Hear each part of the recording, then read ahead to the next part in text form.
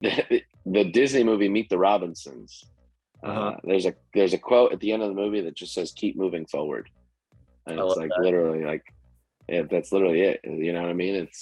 That's such a simple quote, but like, yeah, ever since I saw that movie, I'm like, damn it, I think about that all the time. Where it's like, yeah, I mean, because if not, then you're just sitting in the past forever. Nothing, you know what I mean? You're never gonna grow or move if you're just stuck.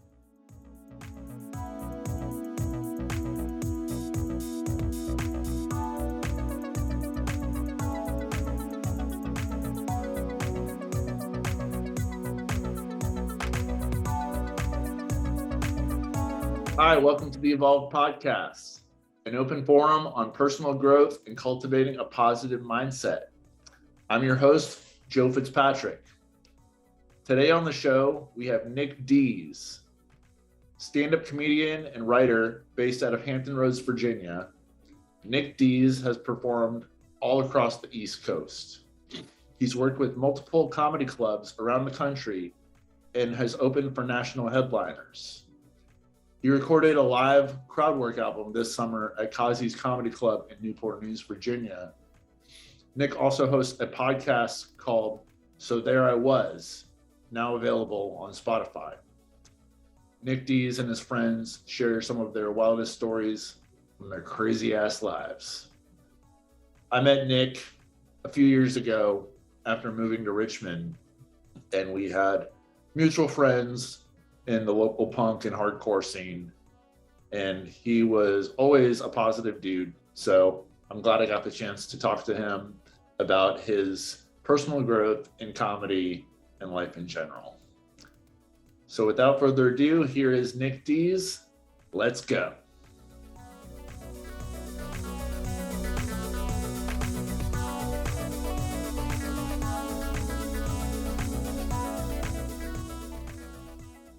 Welcome to the show, man. Thanks for coming on. Right on, dude. Yeah, man. Thank you for having me. I appreciate it, for real. Yeah. So I know you from like the Richmond music scene. We have some mutual friends. Did you grow up in Richmond or were you raised in Hampton Roads? So yeah, I grew up in like Virginia Beach area and then moved from Virginia Beach to Richmond in 2005. And then I lived in Richmond until like 2018, and then I moved back to like Norfolk. So I've been down this way since then, honestly. So about like 5 years or so, a little over 5 years down here. Okay. I didn't realize you were from the beach area. I actually grew up there as well. And I went to school down in Newport News. Oh, really? Yeah, I was seeing you. And I went to Northern Virginia for a few years after college before moving to Richmond in 2016. Okay.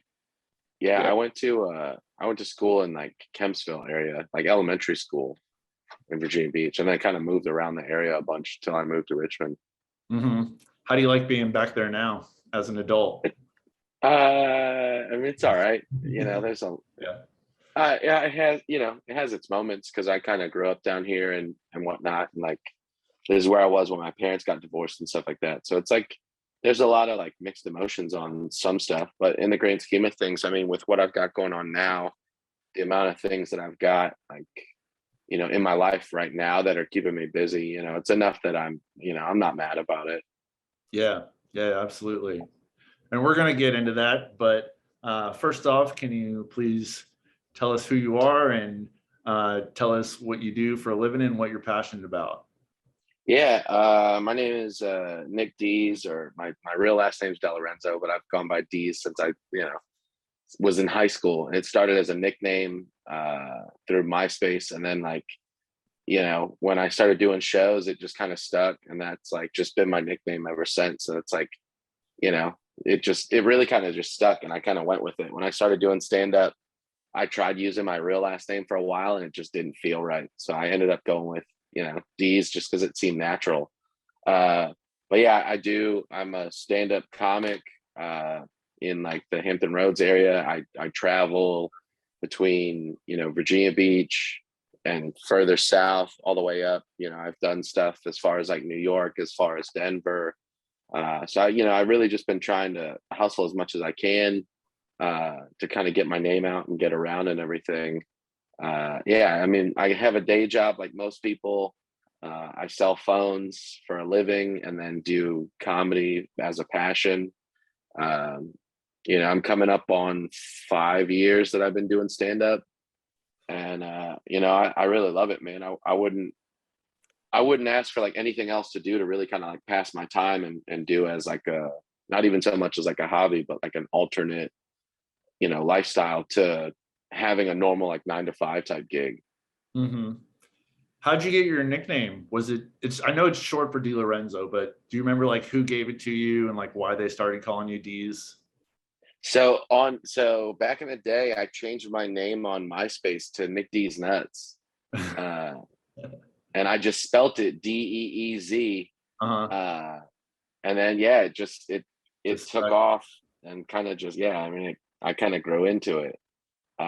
Which is cool because like, I don't know, I don't really like from the standpoint of like who I feel like I really am, as goofy as it sounds, like not that I'm like some character or whatever, but I feel way more in my own skin using that name on stage than I feel like I ever really would using my actual last name.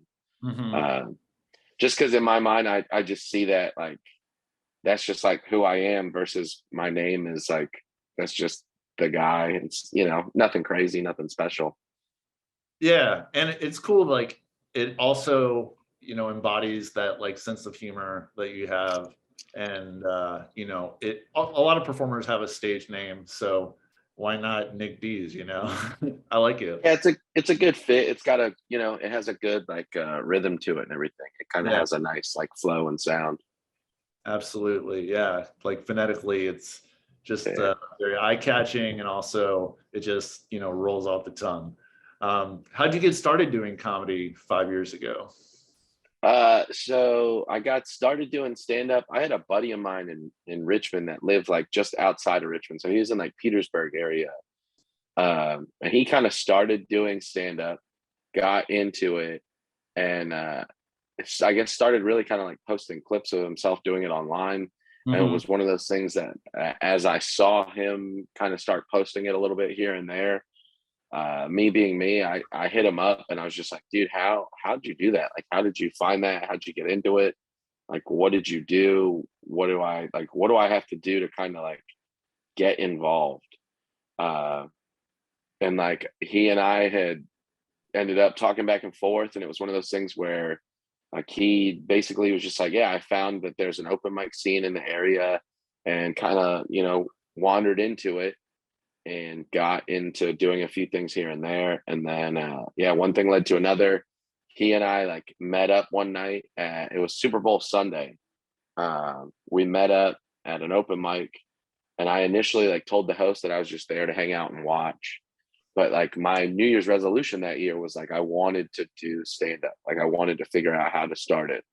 Uh, which I always feel so cheesy telling people that because like when you talk to other comics, a lot of comics are like, you'll see people that show up at mics and it's like a bucket list thing, or it's like something where it's like somebody loses fantasy football, whatever. There's always like things where Right. it's this weird intro on why people start.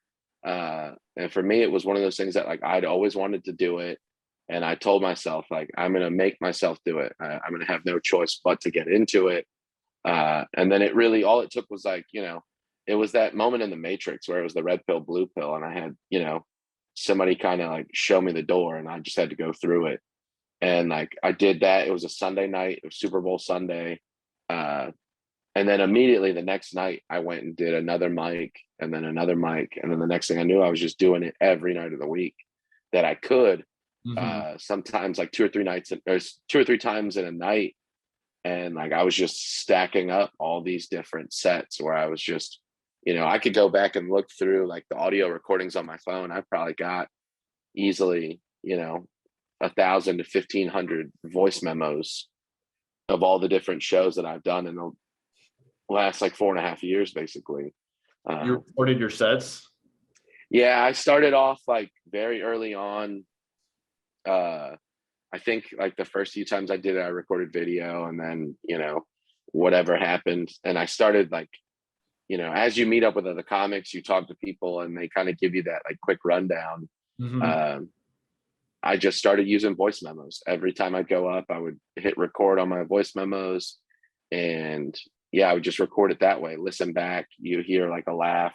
There's a joke that you do delivered differently one day versus like, you do it different another night, and that stuff all catches and you kind of like pick up on it. So I have tons and tons and tons of recordings like that. But it really all started from me having a friend get into it. And I had spent that was February. So in December, I told myself that's what I wanted to do.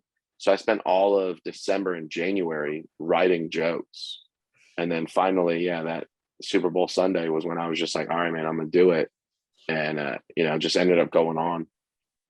That's awesome, man. It sounds like you really put a lot of work into, developing that set, developing your jokes, just putting yourself out there, which I know is really challenging, especially as you're, getting started with anything, but especially with stand-up comedy. Did you have any like stage fright going up there that you had to overcome? Not really. So I mean, I did music before I did stand-up. Right. So I kind of had that weird, like almost borrowed confidence from when I did comedy when I did music previously.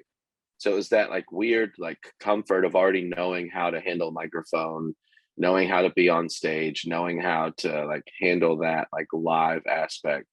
Like this is me in front of a crowd, I was lucky enough that the band I was in when I first started, we'd played shows in front of, a couple hundred people at a time.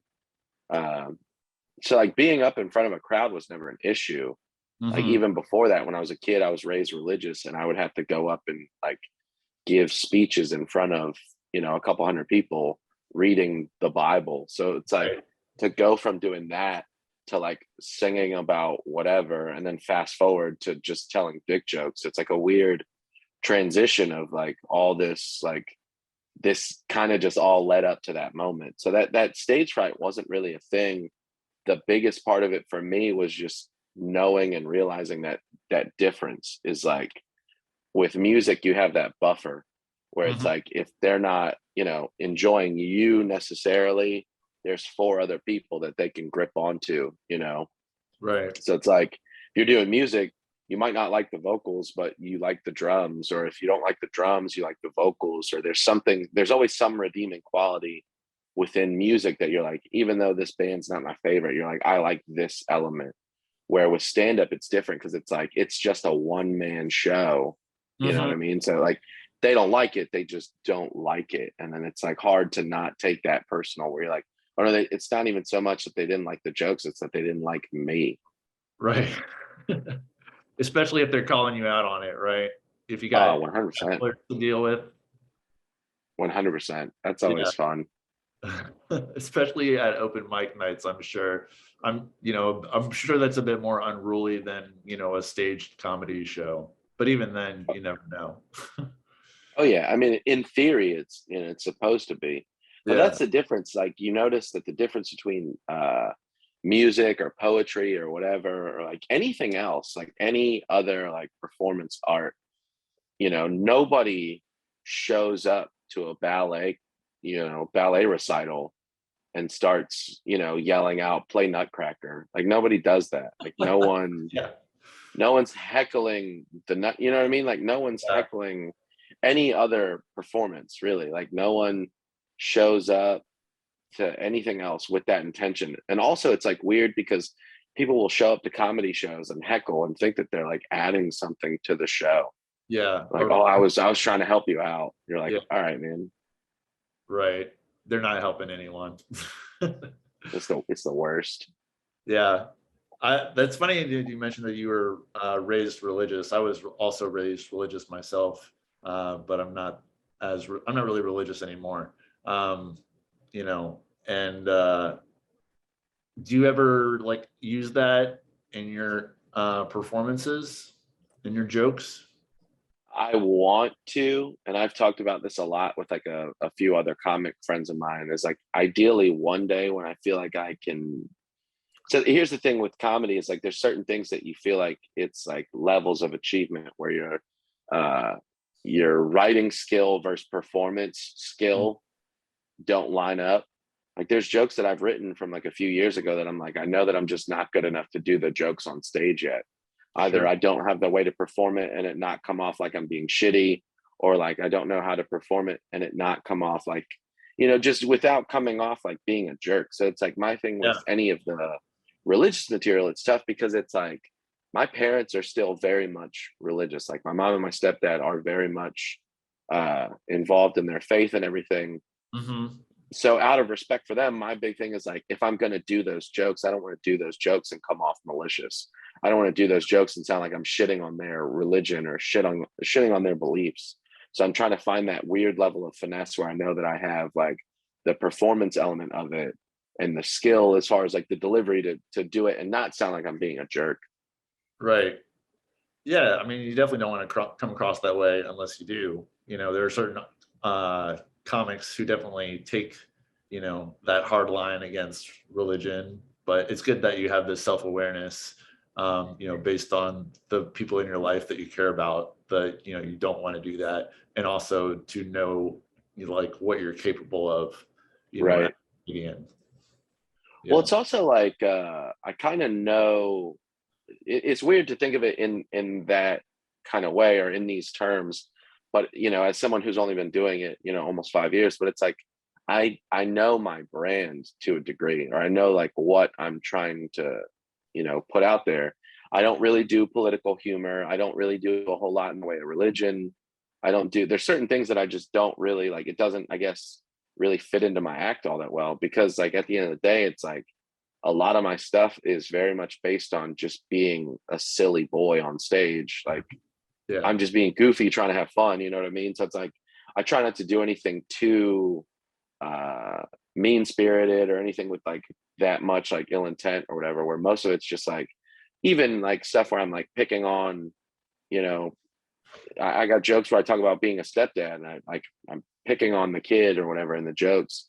It's like that's all goofy fun stuff. Where at the end of the day, it's like, yeah, Right. but I'm not actually that person. I'm not like being a bully. So it's weird that some of it I feel does and doesn't fit within the mix of like the overall act that I'm trying to create.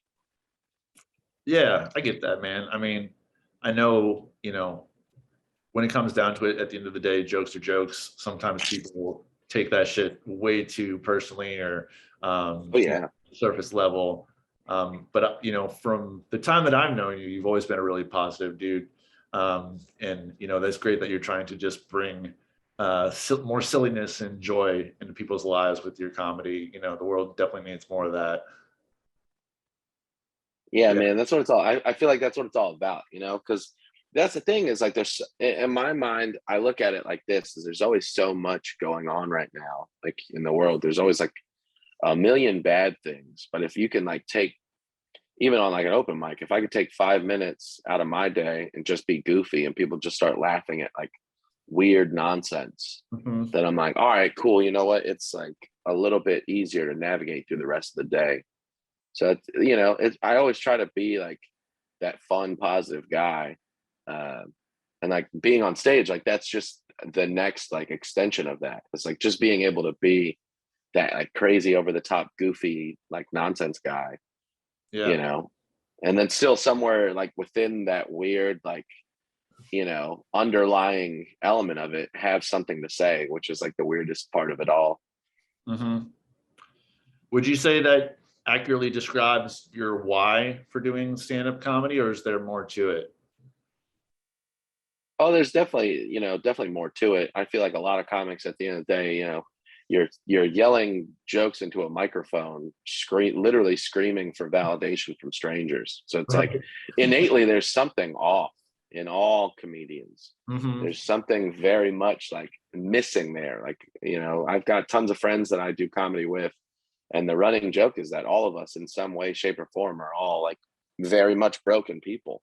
So it's like a normal person doesn't go up and stand in front of 10 people at a bar show begging them to laugh at some joke they've spent months trying to write. Or the Mhm. same thing, you extrapolate that over a larger audience. So you're not like sitting in front of 100, 200, 300 people trying to get them to laugh at your pain because you woke up and felt good today. It's not, you know what I mean? It's that weird, like, there's something in there that it needs to be said to a degree. And it's also like, I was talking about this the other day, oddly enough, in therapy, but I was telling my therapist how I hate when people say that like comedy is their therapy, because I'm always like, that's so corny. But like in a sense, like it, you know, not to be that guy, because I would hate to agree with anybody that's ever said it. But it's like, to a degree, like getting on stage and, you know, doing all that, it is very much like, it is a release in a sense, Yeah, you know.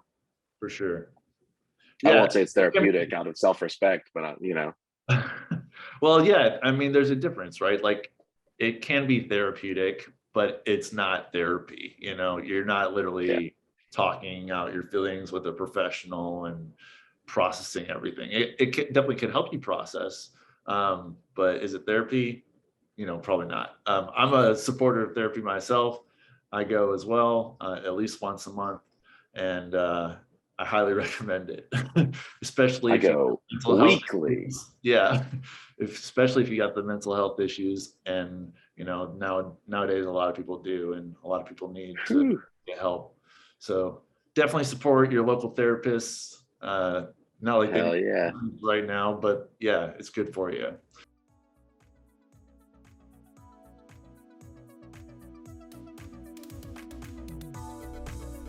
Hey guys, brief pause in the episode to tell you about some of the great businesses that support this podcast. First, we got Weight Train. Use code Evolved Podcast to get 10% off all Weight Train and Athleticity gym gear and apparel. No matter what you need for your workouts, they have the gear to help you get it done. And if you don't see something you want, email them at team@weighttrain.com and they will take your requests for new products. Visit Weight Train for all your gym gear needs. Next is True Nutrition. Use code Evolved Podcast to get 5% off all nutrition supplements. I'm personally a fan of their soy isolate vegan protein powder, available in a variety of flavors and strengths, from light to heavy. They also have non-vegan protein powders if that's not your thing. I personally recommend the cinnamon bun and toasted coconut flavors in the heavy strength, and I add them to waffles, oatmeal, protein shakes, and ice cream. They're delicious. Check out their wide range of supplements at affordable prices that are third-party tested and verified for content quality. They are able to provide such great prices because the supplements come direct from the manufacturer without any marketing gimmicks or fancy labels. Visit truenutrition.com to supplement your workouts and your nutrition. Last is Hate Brand Goods. Use code Evolved Podcast to get 15% off all Hate Brand clothing and accessories. Their goat shorts and shirts are the most comfortable clothing I've ever worn, and they have the coolest designs. However, their clothing drops are only available in limited quantities, so get your favorites while you can, and be on the lookout for other drops that you're stoked on. Visit thehate.com, spelled HVIII, for clothing to remind the world that you're not dead yet, and you're ready to kick today in the dick. Back to the show. I know you've also been like hitting the gym and trying to eat better. Like, what's your workout routine like these days? So I've been trying to go to the gym at least like 3 times a week. I go, you know, I'll go there anywhere from like an hour to 2 hours at a time. And then really like what it comes down to as far as like the dieting element of it is I cut out like, I really don't drink much anymore at all. As far as like sodas, I don't drink soda. I don't eat fast food anymore. I really like basically cut out carbs. I try to stick like super low carb, or as close to like keto as possible. But I'm basically down like 40 pounds in a couple months. And I like, that's with like putting on muscle and, you know, starting to see like that difference in body definition, which is great. Cause that's like the one thing I've always joked about is like being the fat guy comic, or like being a husky boy, or being like this chubby guy. And like in my mind, I'm like, at a certain point when I hit like 200 or lower, then I'm like, well, that opens me up to a whole new world of jokes. So it's that weird, like, you know, motivator from it of like, I want to be healthy for myself, sure, but I also want to be like, it's part of the journey. So like that mental growth through in that process, you know, between going to the gym and eating better and then actually doing therapy at the same time, it's a lot of like mental growth. So it's kind of given me like this whole new perspective towards like, you know, where I am mentally and how I cater that to like the things I'm doing in life. So it's really kind of, it's, you know, on all fronts, it's really helped out a lot, which is great. That serotonin from going to the gym is wonderful. Doesn't it do wonders for you? Yeah, man. Oh man, it's beautiful. Have any like people, you know, challenged you in terms of like, you know, like you making like the fat comic husky boy jokes, like in terms of like, you know, telling you to do more of that? Because I mean, we both know that those types of people, you know, people like want to pull you back down because of their personal insecurities. Have you like dealt with that at all? Not so much. I was, you know, I actually was like writing with a couple comic friends of mine last night. Uh, and we were talking about it. And I have like a whole chunk of like McDonald's stuff and fast food material and everything like that. And I was basically telling them that like I'm at a point now where I really don't want to do those jokes anymore because I don't connect with the jokes. Even though Right. I know that the jokes are good and I like the jokes, I don't feel driven by telling them, and it doesn't do much for me to tell them. So in my mind, I'm like, well, why waste like 5 to 10 minutes of my set doing that when I could do 5 to 10 minutes of other jokes, like older jokes that I haven't done in a like really long time, like to repurpose those and put them back into my act, or like, you know, figure something else out. It's just weird to, I'm trying to grow out of that. Like, I know that to an extent, I'll always have that innate sense of like self-deprecation there. Cause it's funny, you know, if you do it a Yeah. little bit, you make fun of yourself. It's funny. It cuts the tension a lot. You know, it's easier for me to make fun of myself than it is for the crowd to do it. And I feel like it's kind of like getting the drop on them. If I do it first, then they don't, I take it away from them Yeah. being able to do it to me.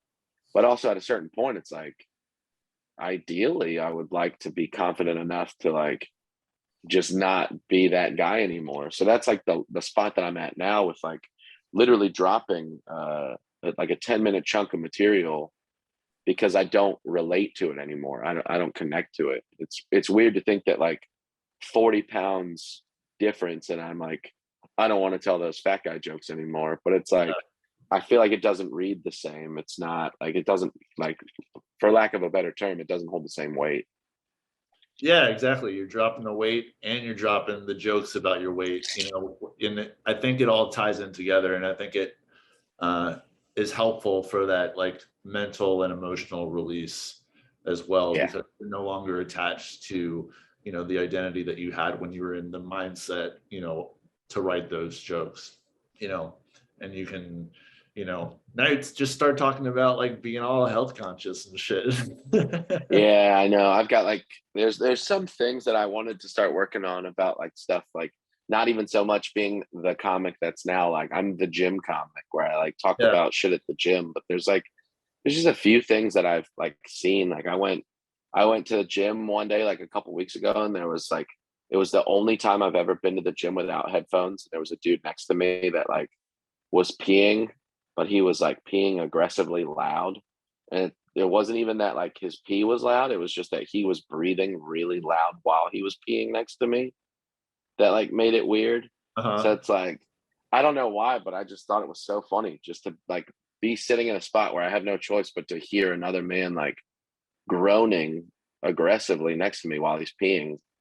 Uh, just like it was so weird, but that's like one of those Yeah. things where I'm like, if I could start working stuff like that in where it's like the end goal in all of it is to like be relatable. So like whether I'm doing jokes about that or whether I'm doing, jokes about, anything really, the goal is to be relatable. So it's like, what can I do to reach the biggest audience without it being, the biggest audience in no way. Like I don't want to do 30 minutes and cater to just people that are like, oh, I love McDonald's. Keep doing that stuff. Right. Exactly. So I want to talk about your podcast. You recently started that, right? I saw you have a few episodes out. It's called So There I Was. Yeah. Basically stories from your life and your friends' lives, right? Yeah, that's the goal.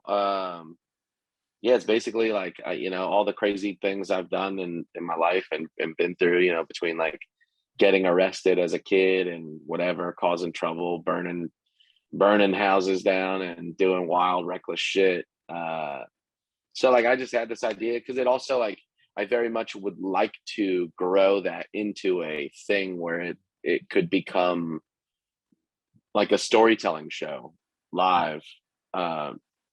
And the name was kind of, so there I was. It's like I think that's like a perfect name for a storytelling show. And then the podcast really kind of just lent itself to that. I haven't really been able to record much in the last like month or so. I just had I picked a weird time to start it. I started it and I was staying with a buddy of mine and I had to move. So now I'm staying somewhere else. But yeah, the goal is to like get ramped up on that a lot more within the next few weeks and really get back to like a set schedule with releasing content for that again. So. And who's the co-host that you had on the first episode? Ant? So that's my buddy Ant Perez. He's another comic from down this way. He's like one of my really good friends. Yeah, me and him, like, I don't know, we just play really well off each other. He's like one of my like best friends. And he's like one of those dudes that when it came to comedy, I kind of, I won't even say like I took him under my wing. There's not like anything to really do for that. I don't know. It's weird to be like, I try to, it's not even like a mentor thing either. Cause I'm nobody when it comes down to it. Like I'm not out here. Like I'm in no position to teach anyone how to do comedy because I still don't know how to do it. But I really just was like, look, man, like this is what I do with my material and my content. This is how I put it out on social media and stuff like that. And it's a group of us. We have like a comics group chat on Facebook. It's me, him, and like 4 other guys. And I constantly am like, dude, we should all be putting out content. We should all be doing this stuff. We should all be doing X, Y, and Z. And Ant's really like one of the comics in this area who he's been doing it about 2 years.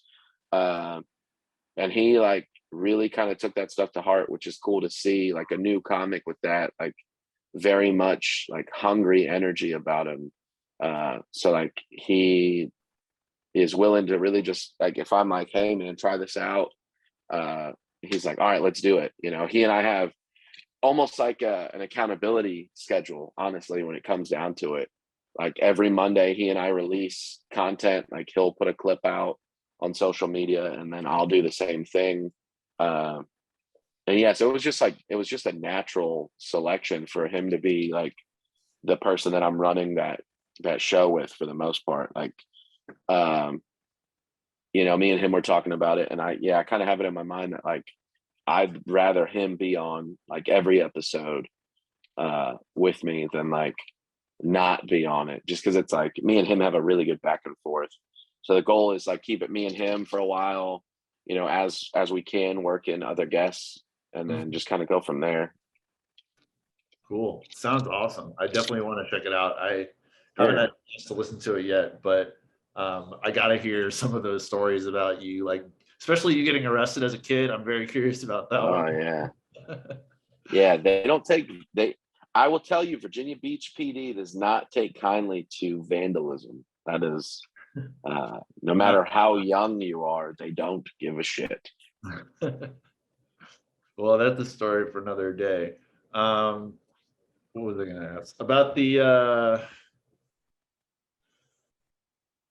Oh yeah, I just wanted to say that in regards to your accountability group, I think that's really great that you have that.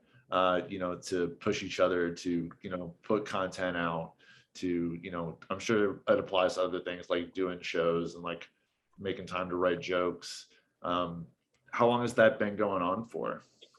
So I honestly, like, the Facebook group chat thing kind of started like at least like 3 years ago. And it's gone through different iterations where it's like, I always tell people, like, people come into that group chat and it kind of turns into the last 10 minutes of Sandlot, where you watch people come in and then you watch them fade out. You watch people come in, you watch them fade out. So that group chat in itself has gone through like a couple different iterations.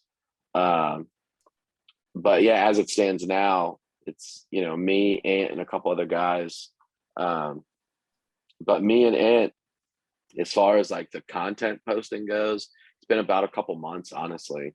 Me and him were just sitting one night, kind of, talking about it and hanging out. And we just kind of came up with the idea that, like, every Monday you put up a clip, I put up a clip, and we looked up like the best times to release content, which early morning on Mondays apparently is like a good time.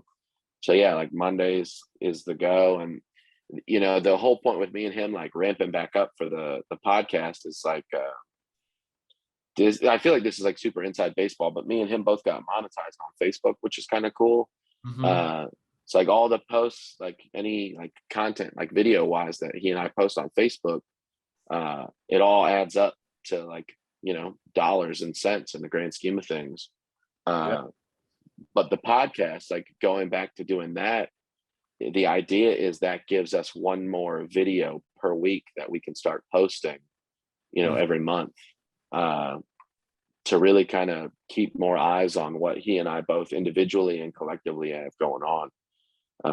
Which is, I mean, it's a smart move from a business standpoint, but also it's like the podcast is fun, it's goofy, it's funny, and the clips that I've been able to pull out from that have been like, I think they're super goofy.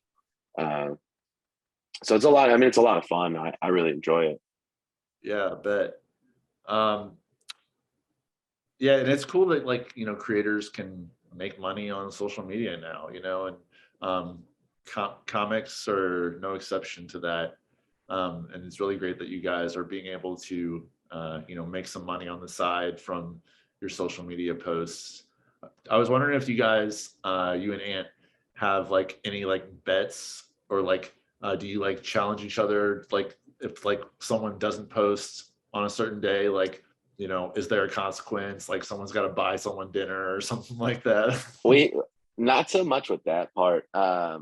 Honestly, it's that weird, almost like sibling-esque kind of rivalry where it's like he and I'll post something and then we just kind of sit back and go, all right, well, who's is going to get more plays? Like, whose video is going to go bigger this week? And like, that's the part of it that, like, to me, honestly, is like the funnest part. Like, it's nice. Honestly, yeah, it's nice to grow my business in the grand scheme of things. It's like, it's nice to get my name out there and then have like strangers on the internet liking my content or like following my page or reposting, whatever, any of that stuff. Like, it feels good to see that. But it's also like even more fun to have like a homie along for the ride that's like down to do the same thing. So it just makes it makes it a little less lonely in the great scheme of things, as weird as that sounds. So that like that energy, man, it takes up a lot of mental space of like trying to keep track of all that, trying to like stay on like a steady, healthy release schedule. And really like I look at the analytics on almost all that stuff. So it really does become this thing that is over the last like, couple years is kind of morphing into like a whole other job.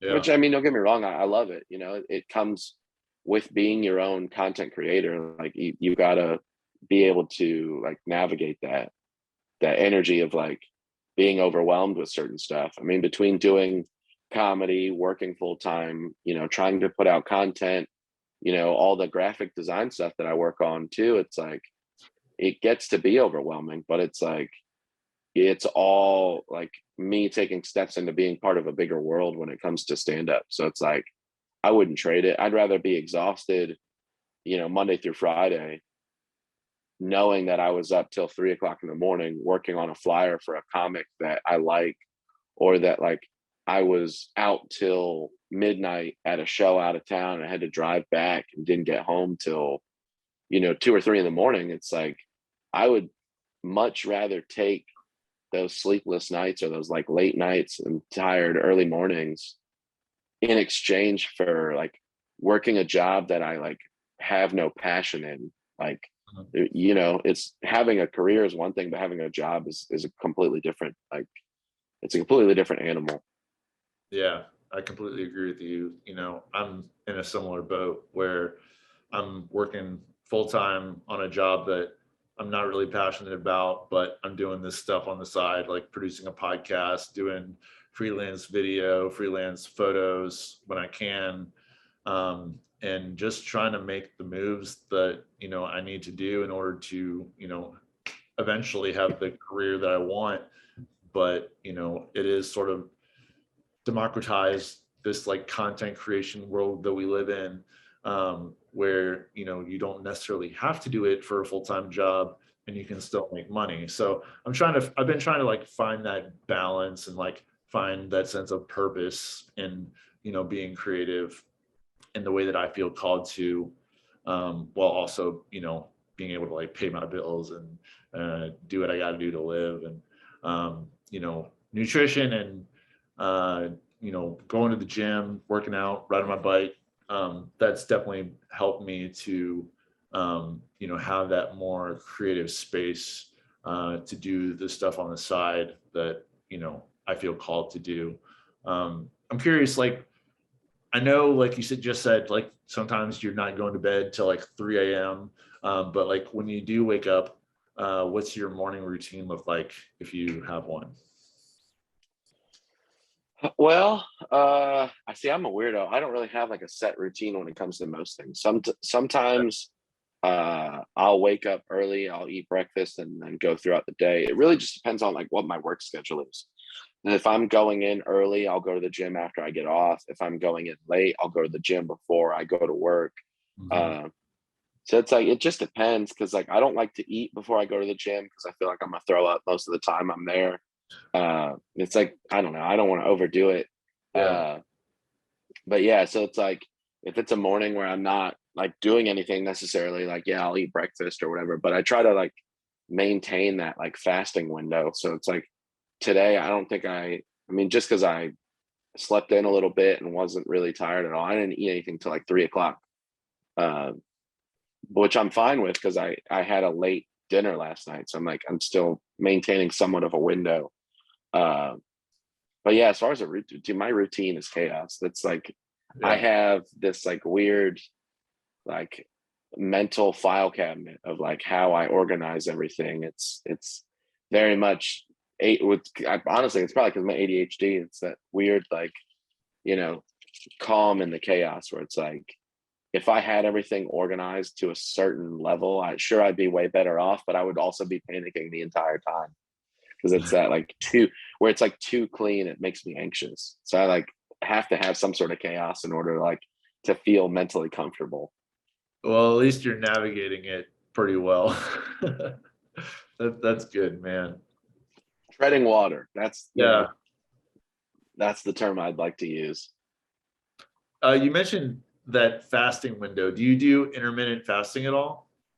I try to. That's like, most days I try not to like wake up and I try not to eat my first like meal of the day till at least like noon or 1 on most days. I try not to eat anything past like 9 o'clock at the absolute latest. Uh-huh. Uh, so it's like little things that I've learned over the years of like simple stuff to try to do to help see results quicker. Like between like intermittent fasting and like caloric deficit and stuff like that. It's like just little things that I'm like, yeah, if I can maintain that, then I will see better results than if I'm like, feel obligated to go super hard in the gym because I like ate whatever I wanted to for a week. It's like Yeah. if I'm trying to keep to a stricter diet as opposed to like over the years, I'm like, dude, I would go to the gym. Dude, I would go to the gym like 5 times a week. This was years ago, but I would go 5 times a week. But then I would come home and I would just eat. I would still eat whatever. Mm-hmm. It's like there was zero diet involved. I would go to the gym and I would lift as hard as I could for an hour and a half. I would do like 45 minutes of cardio, easy, like 30 minutes to an hour of cardio after lifting for an hour and some change. And then I'd go home and I would eat pizza. Right. And I would like eat pizza and have a soda with it or whatever, like just stupid shit. And then at the end of the day, I'm like, I wouldn't see any results at all whatsoever. I'm like, okay, yeah, I wonder why this doesn't work. I like, and then fast forward, I'm like, yeah, it's because you're eating like a slob and you're not doing anything to maintain that. Like between going to the gym, it was just all washing itself out. Yeah. Nutrition is so important. If you're not maintaining that caloric deficit and getting the, actual protein you need, balanced out with the appropriate amount of carbs and fat for you, you're not going to see the results, especially if you're not, matching that activity level with the amount of calories you're eating. That's definitely a hard lesson to learn, especially with all the processed food that we have in our culture right now. But small steps lead to big results, and I'm proud of you for what you've been able to accomplish, man. Thanks, man. Yeah. When you're in a creative slump, what do you try to do to get out of it aside from your accountability? Easiest way. Well, sometimes honestly, I'll just take a few days off. Yeah. I find that like I don't like the thought that I'm obligated to write jokes one day or that I'm obligated to perform. So every now and then I do. But bro, like I told myself, like coming back from pandemic, that like post COVID, you know, I wasn't going to do what I did pre-COVID. And pre-COVID, I felt obligated to hit every single mic, every single night, everywhere. I had to do all of them, every single one, every single time I was there, always, always, always, always, always. But at a certain point, here I am now, and I'm like, it's okay to miss an open mic. I'd rather sit back and hang out for a night and miss an open mic and then exchange that for being booked somewhere later on in the month. So I'm trying to weigh out good stage time versus necessary. You know what I mean? Like Right. just Like taking what I can get. Yeah. Yeah, absolutely. And I feel like a lot of like bands sort of take that approach too. Like you could probably relate to this because like Oh yeah. in the local music scene, like you'll see some local bands starting out and they'll like play every show that they can get on just for like that exposure, but that's not necessarily helping the band long term because one, you'll probably get burnt out really quickly on that scheduling, and then people won't want to see you as much because you'll be like hitting them up to buy tickets to all their shows all the time. But if you are playing less shows, you can create some more demand and also, have a bit more sustainability with your schedule. Yeah, well, it's also that weird in between because, like, I remember playing shows and it was like 8 people in the crowd, and then everybody else in the audience was the other bands Yeah, or their girlfriends and shit. So it's like, right.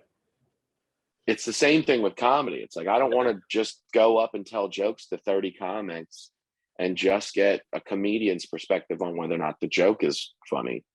I'd rather like go to something I'm booked for, know that there's an audience, and then just go up and do well on it, and then try and like squeeze in a couple new ideas here and there, and kind of use that like magician's finesse to really kind of like squeeze that stuff in, and then figure out if that stuff works. It's like in my mind, I'm very much now moving towards the mindset of quality over quantity. It's like I don't have to do 10 shows in a week or 10 mics in a week or whatever. If I'm doing 6, or whatever the case may be, whatever the number is, is it something where it's like I'm doing 10 to 15 minutes or like 15 to 30 minutes or whatever, or I'm like closing out a show doing like 20 to 30, those in my mind are worth more than like going up and working on 5 minutes of new material. because in a situation like that, I could almost squeeze in any of the new jokes that I would do at an open mic. I could squeeze them in there and still have enough time that, like, if they don't work, I have room to recover. So it's like, Mm-hmm. yeah, I'm trying to cultivate, a better, mining, I guess, routine when it comes to certain stuff. What's an obstacle that you're currently facing or recently faced, and what practices do you use to cope with it? Mm. Honestly, man, like, yeah, I feel like most people now, especially, mental health, we've kind of talked about it a little bit here and there, but like, Yeah. dude, my depression comes in waves, and like there's times where it'll hit me super hard. Uh and that, like, very much becomes overwhelming. And then with that sense of overwhelming, like, with being overwhelmed, when that sense kind of comes into play, I know myself personally, I very much start to shut down. So it's like, if I got a bunch of shows coming up, if I got a lot of things going on with work, if I'm arguing with, anybody, if I feel like I've got any sort of negative energy, whatever, if I have like all these drawings and stuff lined up that I need to get done in a certain time window, all that stuff starts to line up and compound itself with other, feelings and everything. And once that, like, that sense of being overwhelmed kind of kicks in, then comes in like the depression element. Is Mm-hmm. like, the more overwhelmed I get, the more depressed I get, the more depressed I get, the more overwhelmed I get. They go back and forth constantly, to a Yeah. point where it gets to the point where I'm like, dude, I've done it where it's like, it'll take me weeks to finish a drawing for somebody, because I'm like, I just don't have the mental space right now to feel creative. And it's like the same with writing. It's like, there's times where I'll sit there and it's like a wellspring of like whatever I want to write about, I can pull it out. But then there's like the flip side of that is like, sometimes I have absolutely no desire to write anything. So I'm just like going to shows, doing crowd work, or going, like, back to old stuff and looking at it, or I'm like just doing things that I know will work, because I'm like, I don't want to just go through the motions of it. Yeah. I completely understand that, having dealt with depression myself. We talked about going to therapy. I go to therapy for that, as well as take medication. And, the medication has been helpful for me, thankfully. I know some people don't like SSRIs, like Zoloft and other generic versions of that as well, or other types of medication for depression. Um, are you are you medicated at all, or do you self? Nah, not currently. I self-medicate here and there. Yeah. But that's like another thing I'm trying to grow out of, is like, I used to have like an aversion towards it, where I'm like, I don't want to be on anything, because in my mind it made me feel like I wasn't strong enough to handle stuff on my own. Where now I'm like, I go to therapy weekly. I try to cope with, whatever I feel I can and can't cope with on my own. But then there's things outside of that where it's like, yeah, I mean, given the opportunity, if my doctor was like, yeah, I want to put you on something, I wouldn't shoot it down, because at the end of the day, I just want to be in a spot mentally where, like, I know that I don't have to worry about like falling apart at a spot where I can't afford to do it. Yeah, absolutely. And I felt the same way for a long time, about like wanting to try and like handle my depression with lifestyle factors. Like I figured, like, if I just eat a little bit better and I, Yeah. get more exercise and, start feeling better about myself, then my depression will be gone. But, it doesn't always work like that. And, um, this past October, I had a really like big breakdown where I just got really overwhelmed with anxiety, and my depression like was like coming in like big tsunami waves, and I was getting like just drowned in it. And my doctor was like, "You gotta really, consider going on these medications." And I was like, "Okay, I'll give it a shot." And thankfully, it did help me to like, come up to the surface and find that baseline of just feeling okay. And um, it's been 6 months, almost. Well, I guess it's been almost a year now. 8 months, I guess. Um, but yeah, I mean, depression is really challenging, and um, I think that, it's good to have the awareness that, you do need more. And it's also to know that like, it's okay as well. Like if you can't handle it on your own, whether that's, going to therapy or taking medication or, doing something else that helps you to just feel more at ease with your current state of where you're at. Yeah, because I mean, like, in my opinion, honestly, I do feel like it very much is all about that baseline. Yeah. Because if you can find that spot where you feel like you're treading water, then it doesn't feel so much like you have that like that fear of drowning. You know what I mean? If you know that like no matter what, either my toes, it's like being in a pool. You feel most comfortable when you know that your feet can touch the ground, and then the second that ground starts to kind of slip out from underneath you and you can't feel it, then starts to come in that slight little bit of like, what if I can't touch the bottom? What if that lack of safety net, that Yeah. lack of like, being able to touch the bottom and be like, all right, well, it's only that far down. With when you don't know how far down is when you really start to hit that like that wall of like being anxious and kind of getting like overwhelmed again. Yeah, man. Well, sounds like you're doing the work that you need to do to feel safe, and that's a really good thing. How do you practice self-care in your life to give you the energy to focus on your personal growth and continue to work on your stand-up as well?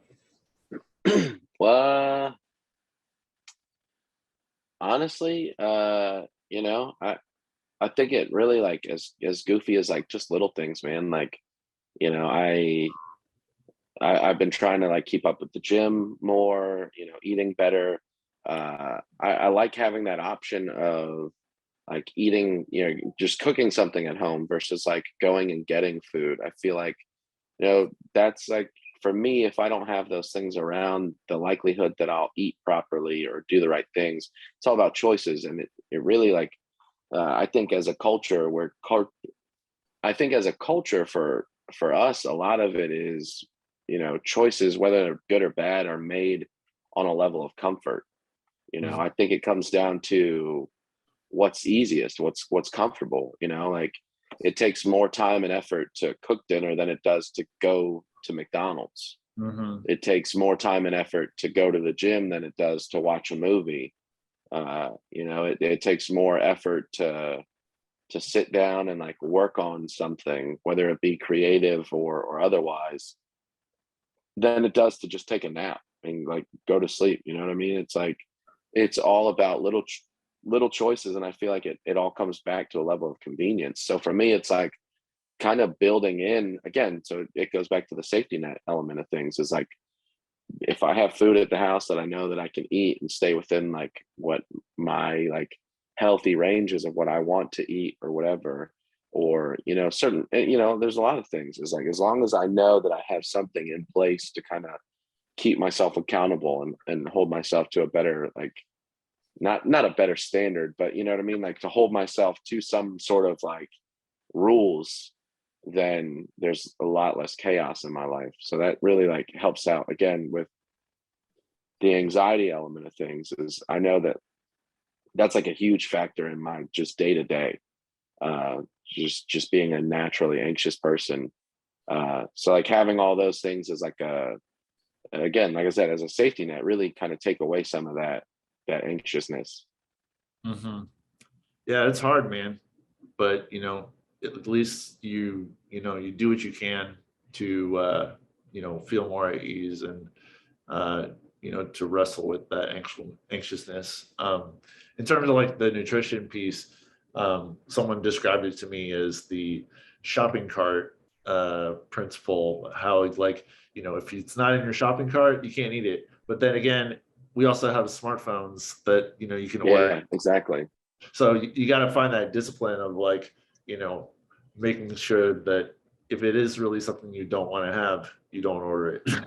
That's Yeah, hard for it's me, especially with like sweets and stuff. I'm like not bringing like cookies and ice cream into the house, but I could easily order some on like GoPuff or something like that. Yeah, that's like the craziest part. It's like everything is, again, so it literally, to, piggyback off what I just said, it's all about, convenience. It's Yeah, all about good. convenience. So it's like might not have that stuff around, but it's like, yeah, but I could go on DoorDash and I could literally pick anything from 7-Eleven or Wawa or Right. CVS, whatever.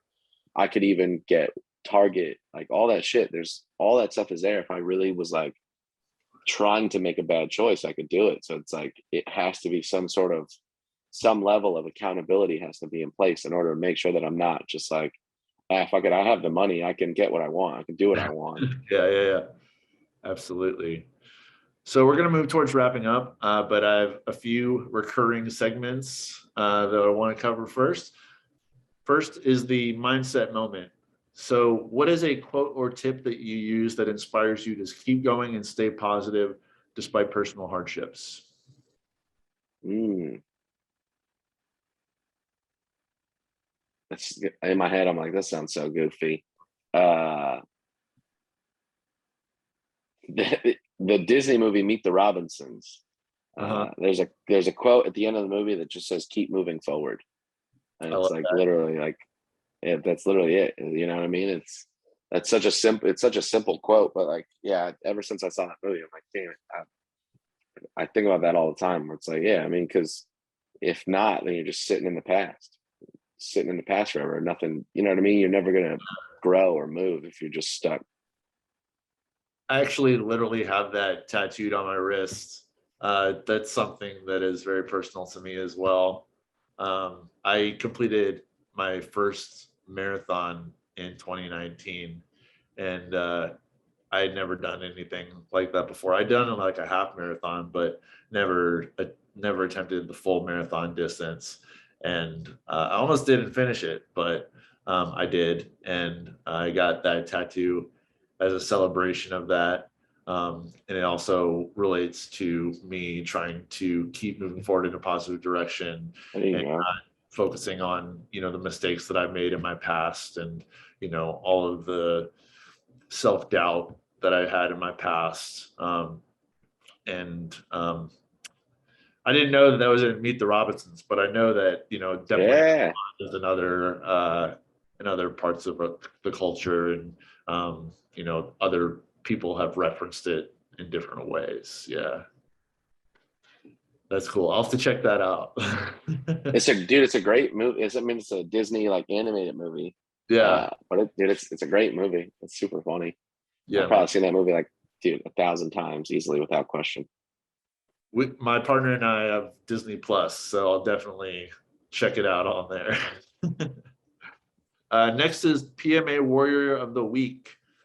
Who is someone who inspires you to keep a positive mental attitude?